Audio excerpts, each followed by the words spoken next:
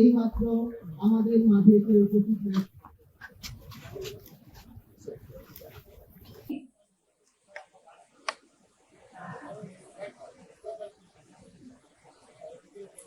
প্রতিষ্ঠানের ফলক উন্মোচনের মাধ্যমে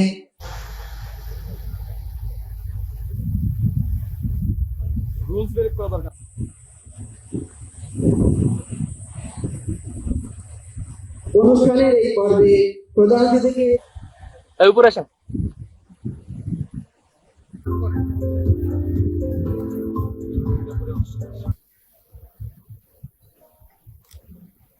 করার জন্য বিনীত অনুরোধ করছি।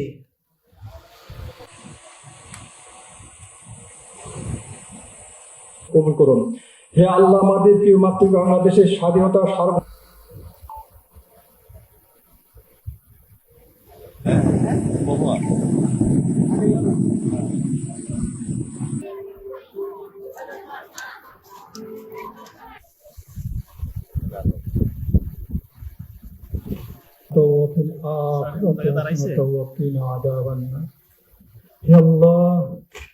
একটি ৫৫ সেকেন্ডের একটি স্বল্প ভিডিও দেখা উদ্বোধন ও পতাকা উত্তোলন করলেন। আপনারা সেনাপ্রধানকে অনুরোধ করেন।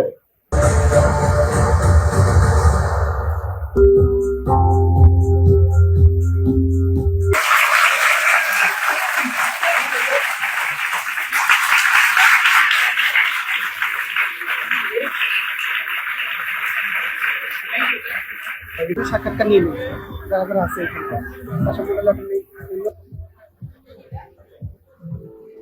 আজকে কালুখালী তথা রাজবাড়ী জেলার সার্থক বাংলাদেশ সেনাবাহিনীর প্রধান এখানে আসে আমাদের কালুখালীতে এসে যে সেনা school, public school and college উদ্বোধন করে গেলেন এবং ভবিষ্যতে আরো অনেক এখানে প্রাইমারি স্কুলও উদ্বোধন করবেন সে কথা বলে গেলেন।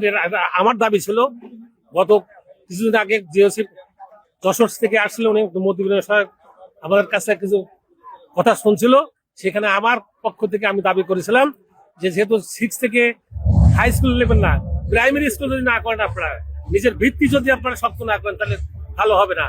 আজকে সেটাই কিন্তু সেনাপ্রধান সেটাই আজকে এখানে বলে গেলেন। ইনশাল্লাহ আমাদের দাবি ছিল সে কথা উল্লেখ করলেন যে আপনারা করছিলেন, সেটা আমরা বাস্তবে রূপ দেবো ইনশাল্লাহ। আগামীতে এখানে প্রাইমারি হবে।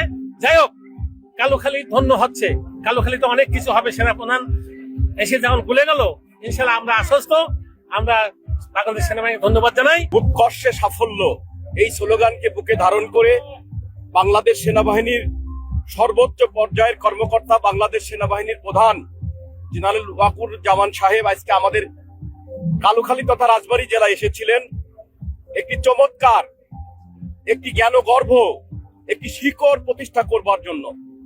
যে শিকড় উনি প্রতিষ্ঠা করে গেলেন, এই শিকড়ের মাধ্যমে এই অঞ্চলের মানুষ, এই অবহেলিত অঞ্চলের মানুষ এই অঞ্চলে শিক্ষার মান সুদৃঢ় করবে ইনশাআল্লাহ।